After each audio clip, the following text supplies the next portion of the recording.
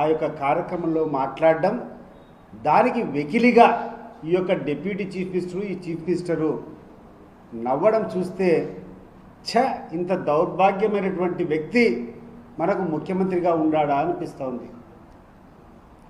అనేక సందర్భాల్లో పేద ఏడుపు ఏడుస్తూ ఉంటాడు చంద్రబాబు నాయుడు. మమ్మల్ని ఘోరంగా అవమానించినారు, మా భార్యలను తిట్టినారు, మా కుటుంబాలను అనవసరంగా వచ్చి రోడ్డు మీదకి ఏడ్చినారు, చాలా నీచంగా సంస్కారం లేకుండా ఈ యొక్క వైఎస్ఆర్ కాంగ్రెస్ పార్టీ నాయకులు వ్యవహరిస్తున్నారనేటువంటి మాటలు చాలా సందర్భంలో ఈ deputy chief minister Pawan Kalyan నోట్లో నుంచి, ఈ యొక్క చీఫ్ మినిస్టర్ చంద్రబాబు నాయుడు నోట్ల నుంచి మనం విన్నాం. నేను చంద్రబాబు నాయుడుని అడుగుతున్నా, నీ వెకిలి నవ్వు, నీ వెకిలి చేస్తూ ఈరోజు రాష్ట్ర ప్రజలందరూ చూశారు. ఏమని సంజాయిషి ఇచ్చుకుంటావు? ఈ రాష్ట్రంలో గడిచిన 10 సంవత్సరాల్లో జరిగినటువంటి అన్ని ఎన్నికల్లో మొదట కానీ రెండో స్థానంలో వచ్చినటువంటి హోదా కలిగినటువంటి జగన్మోహన్ రెడ్డి గారి మీద ఈ రకంగా మీరు స్కిట్లేసి నవ్వుకుంటున్నారంటే నీ యొక్క సంస్కృతి ఏంది అని చెప్పి నేను చంద్రబాబు నాయుడును ప్రశ్నిస్తున్నా. చాలా చాలా హుందా అయినటువంటి వ్యక్తి, చాలా గౌరవంగా మెలిగేటువంటి వ్యక్తిగా నిన్ను ప్రొజెక్ట్ చేసుకుంటావు. నేను అడుగుతున్నాను చంద్రబాబు నాయుడు, ఈ యొక్క హేళన ఇది ఒక్కటే కాదు, గడిచిన కొన్ని రోజులుగా నువ్వు చేస్తున్నటువంటి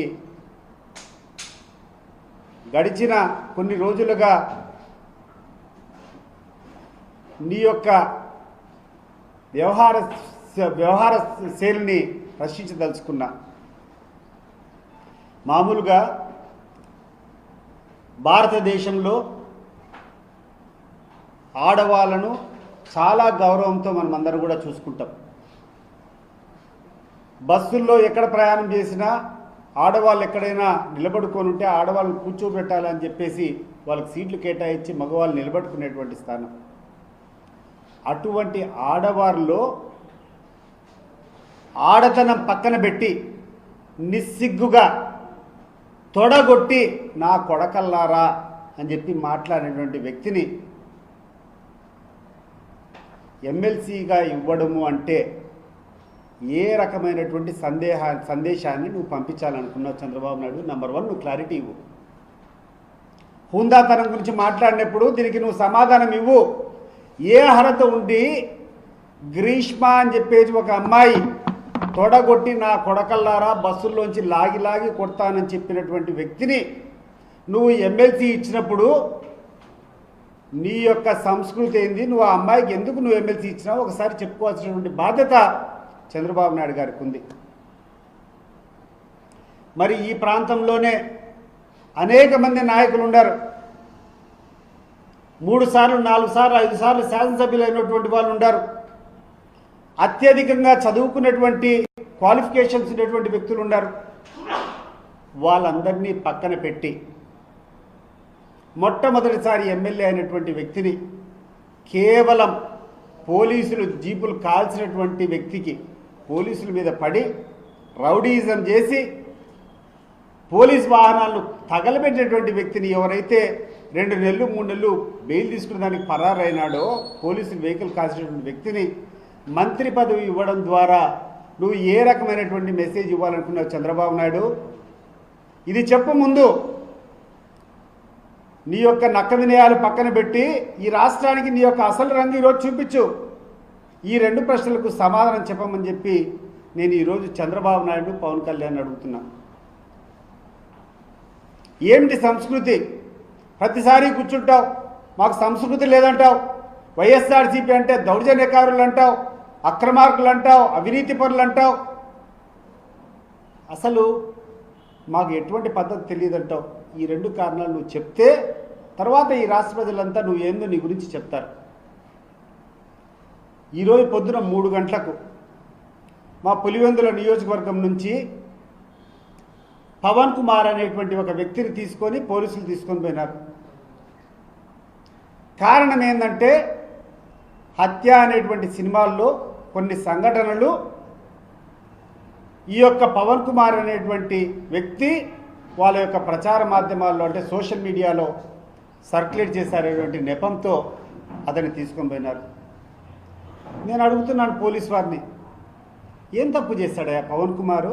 ఒక సినిమా తీశారు, ఆ సినిమా సెన్సార్ సర్టిఫికేట్ అయిపోయింది, సెన్సార్ సర్టిఫికేట్ ఇచ్చారు. సెన్సార్ సర్టిఫికేట్ ఇచ్చారంటే దాంట్లో తప్పు లేనట్టే కదా. ఒక సినిమాలో ఉన్నటువంటి క్లిప్పింగ్లు నువ్వు సర్క్యులేట్ చేస్తే వివేకానంద రెడ్డిని హత్య చేసేటువంటి దాంట్లో ప్రధానంగా ఉన్నటువంటి నిందితుడు పోలీస్ స్టేషన్కి పోయి ఫిర్యాదు ఇచ్చినాడని చెప్పి ఆయన కుటుంబ సభ్యులను ఆయన తల్లినో ఏదో అగౌరవపరిచినట్టు దాంట్లో ఉన్నాయని చెప్పి మాట్లాడితే పవన్ కుమార్ అని చెప్పి ఒక అబ్బాయిని తీసుకొని పోయి ఈరోజు స్టేషన్లో పెట్టారు. ఇప్పటికి కూడా స్టేషన్లో ఉన్నాడు ఆయన. నేను అడుగుతున్నాను పోలీసులు, ఈ ప్రభుత్వాన్ని, ఏం తప్పు చేశాడు పవన్ కుమార్? అసలు ఒక హంతకుడు, వివేకానంద రెడ్డి కేసులో హంతకుడు సునీల్ కుమార్ అనేటువంటి ఒక హంతకుడు నీకు ఒక కంప్లైంట్ ఇస్తే దాని మీద ఆగమేఘాల మీద పోయి మాట్లాడుతున్నావే, అసలు ఎక్కడ పోతుంది ఈ తెలుగుదేశం ప్రభుత్వం? నేను అడుగుతున్నాను.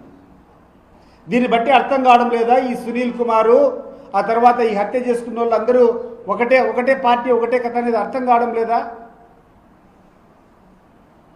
మీరేమో సినిమాలు తీస్తారు, మీ సినిమాల్లో మీరు ఎంత అంటే అంత అశ్లీలంగా చూపించవచ్చు, అంత అన్యాయంగా పిక్చరైజ్ చేయొచ్చు, దాని మీద కేసులు ఉండవు, దాని మీద ఏం మాట్లాడేటి ఉండవు. వివేకం అని చెప్పి ఒక సినిమా తీశారు, దాంట్లో ఎంత దౌర్భాగ్యంగా ఉన్నాయంటే మా యొక్క లీడర్ను ఎంతో గౌరవంగా మేము చూసుకునేటువంటి వ్యక్తుల పట్ల మీరు చూపించినటువంటి పిక్చరైజేషన్ చూస్తే ఏమనాలో కూడా అర్థం కాదు. అంత హృదయం ద్రవించే రకంగా మీరు పిక్చరైజ్ చేశారు. అయినా మేము మాట్లాడడం లేదు. ఎందుకు మాట్లాడడం లేదంటే అవి చెప్పుకోవడం మాకు సిగ్గుచేటు. ఇటువంటి వెధవలు ఏమన్నా చేస్తే దాన్ని మళ్ళా పబ్లిసిటీ ఇవ్వాలని చెప్పి మేము అనుకుంటాం. కానీ మీ యొక్క తెలుగుదేశం, మీ యొక్క జనసేన వంటి నాయకులు, మీకు సిగ్గు లేదు, మానం లేదు. మీ భార్యను తిట్టట్టు మీరు గొప్పగా చెప్పుకుంటారు. ఆ సంస్కృతి మాకు లేదు. మేము చెప్పుకోం, వాడమ్మా వాడు ఎవడో వెధవడో మాట్లాడితే వాడి కర్మకు వాడిని ఫోన్ చెప్పి మొదలు పెడతాం. అవి చూపించి మీరేమో ఒకవైపు సానుభూతి పొందాలని ప్రయత్నం చేస్తారు, ఒకవైపు మాకు సభ్యత లేదని చెప్పి మీరు చూపించే ప్రయత్నం చేస్తారు, ఒకవైపు సింపతి పొందేదాన్ని మీరు ప్రయత్నం చేస్తారు.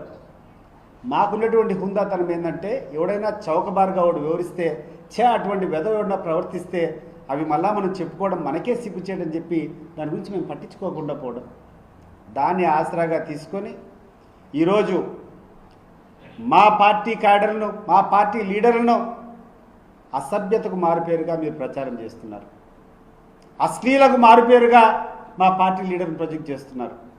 నేను అడిగినటువంటి ప్రశ్నకు సమాధానం చెప్పు. చంద్రబాబు నాయుడు అండ్ పవన్ కళ్యాణ్ మీ ఇద్దరు అసెంబ్లీలో జరిగినటువంటి సాంస్కృతిక కార్యక్రమాల్లో మీ వెకిలి చేష్టలు ఎప్పుడు నవ్వడు చంద్రబాబు.